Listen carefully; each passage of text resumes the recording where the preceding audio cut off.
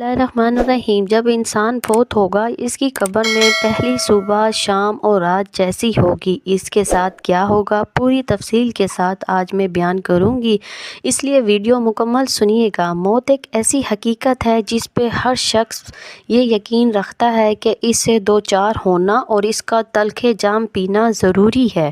یہ یقین ہر قسم کے کھٹکھٹے اور شبہے سے بالاتر ہے، کیونکہ جب سے دنیا قائم ہے کسی نفس و جان نے موت سے چھٹکارا نہیں پایا ہے۔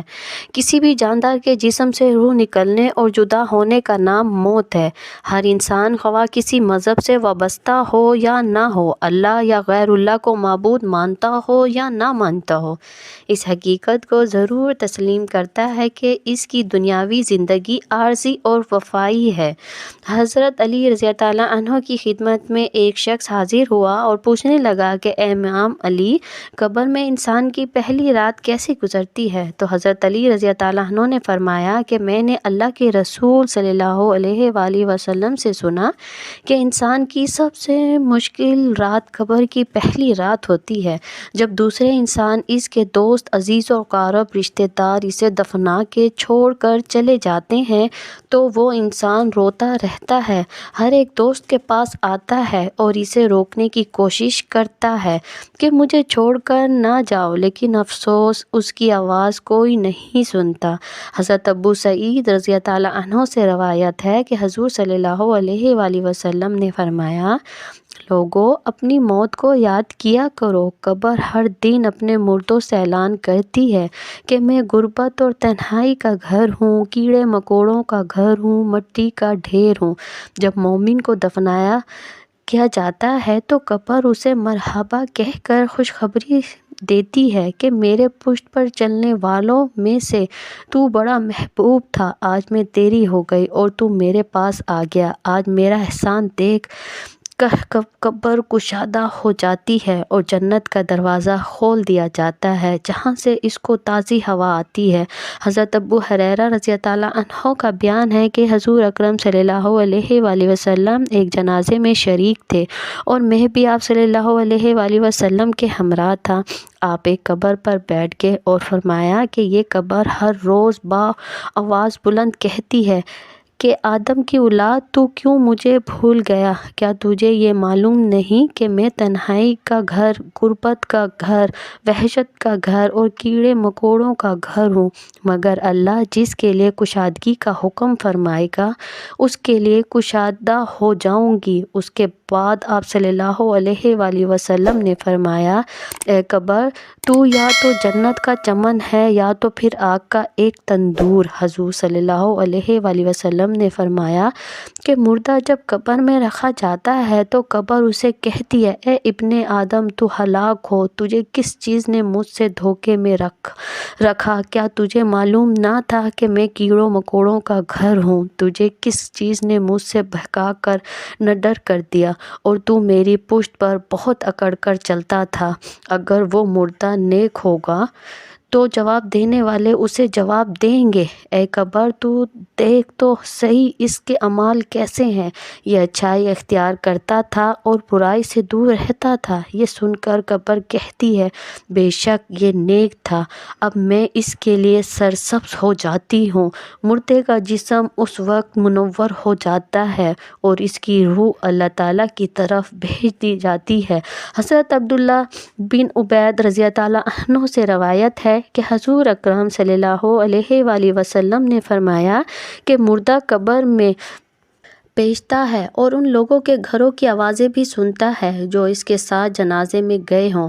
مردے سے اس کی قبر کہتی ہے کہ اے ابن آدم، تیری ہلاکت ہو، تو نے میری تنگی، بدبو اور کیڑے مکوڑوں کا خوف نہیں کیا، اس لیے تو نے ان چیزوں سے بچنے کے لیے تیاری نہ کی۔ بدعمال سے مردے سے میری تاریکی، میری وحشت، میری تنہائی اور تنگی، میرا غم تجھے یاد نہیں رہا۔ اس کے بعد قبر اس کو جکڑ لیتی ہے اور فرشتے اس کو ہتھوڑوں سے ایسے مارتے ہیں کہ اس کی پسلیاں ادھر کی ادھر ہو جاتی ہیں۔ پھر دوزخ کی کھڑکی اس پر کھول دی جاتی ہے اور وہ مردہ حشر تک اس عذاب میں مبتلا رہتا ہے۔ مرنے کے بعد ہر مردے کو صبح اور شام اس کا ٹھکانہ دکھایا جاتا ہے۔ فرشتے جنتی کو جنت دکھا کر خوشخبری دیتے ہیں اور دوزخی کو دوزخ دکھا کر اس کی حسرت اڑاتے ہیں۔ حضرت قتادہ رحمۃ اللہ علیہ فرماتے ہیں کہ عذاب قبر کے 3 حصے ہیں، 1/3 عذاب پیشاب سے نہ بچنے کے سبب، 1/3 غیبت کی سبب اور 1/3 چغل خوری کے سبب ہوتا ہے۔ حضرت ابن عمر رضی اللہ عنہ سے روایت ہے کہ رسول اللہ صلی اللہ علیہ وآلہ وسلم نے ارشاد فرمایا، جب انسان کا انتقال ہو جاتا ہے تو اس پر صبح شام اس کا ٹھکانہ پیش کیا جاتا ہے۔ اگر وہ اہل جنت میں سے ہے تو جنت والوں کا مقام، اور اگر اہل جہنم میں سے ہے تو جہنم والوں کا مقام اس کو دکھایا جاتا ہے۔ پھر کہا جاتا ہے کہ یہ تیرا ٹھکانہ ہے، یہاں تک کہ اللہ تجھ کو قیامت کے دن اٹھائے گا۔ اسی طرح حضرت عائشہ رضی اللہ عنہ سے روایت ہے کہ ایک یہودی عورت ان کے پاس آئی اور اس نے عذاب قبر کا ذکر کرتے ہوئے حضرت عائشہ رضی اللہ عنہ کو دعا دی، اللہ تعالیٰ آپ کو عذاب قبر سے بچائے۔ حضرت عائشہ رضی اللہ عنہ نے رسول اللہ صلی اللہ علیہ وآلہ وسلم سے اس بابت سوال کیا کہ واقعی عذاب قبر ہوتا ہے؟ تو رسول اللہ صلی اللہ علیہ وآلہ وسلم نے فرمایا، جی ہاں، عذاب قبر برحق ہے۔ حضرت عائشہ رضی اللہ عنہ فرماتی ہیں، اس کے بعد میں نے رسول اللہ صلی اللہ علیہ وسلم کو ہمیشہ دیکھا کہ ہر نماز میں آپ صلی اللہ علیہ وآلہ وسلم عذاب قبر سے پناہ مانگتے تھے۔ سیدنا ابو سعید خدری سیدنا زید بن ثابت رضی اللہ عنہ سے روایت کرتے ہیں کہ انہوں نے فرمایا، ہم قبیلہ بنو نجار کے ایک باغ میں نبی کریم صلی اللہ علیہ وآلہ وسلم کے ساتھ تھے اور آپ صلی اللہ علیہ وآلہ وسلم خچر پر سوار تھے۔ اچانک وہ خچر اس طرح بھٹکا کہ نبی اکرم صلی اللہ علیہ وسلم کو گرا دیتا۔ وہاں دیکھا تو 4، 5 یا 6 قبریں تھیں۔ ارشاد فرمایا، ان قبر والوں کو کون جانتا ہے؟ ایک شخص نے کہا، میں جانتا ہوں۔ پوچھا، یہ کب فوت ہوئے؟ تو بتایا گیا کہ یہ شرک پہ مرے ہیں۔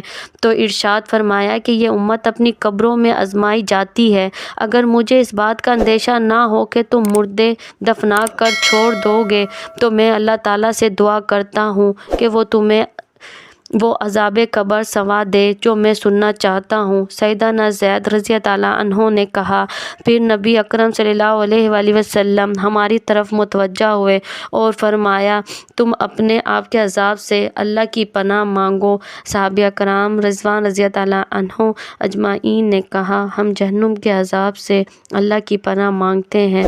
اللہ تعالیٰ سے دعا ہے کہ ہم سب کو مرنے سے پہلے مرنے کی تیاری کرنے کی توفیق عطا فرمائے، اور جو مسلمان اس دنیا سے جا چکے ہیں ان کی بخشش فرمائے، آمین یا رب العالمین۔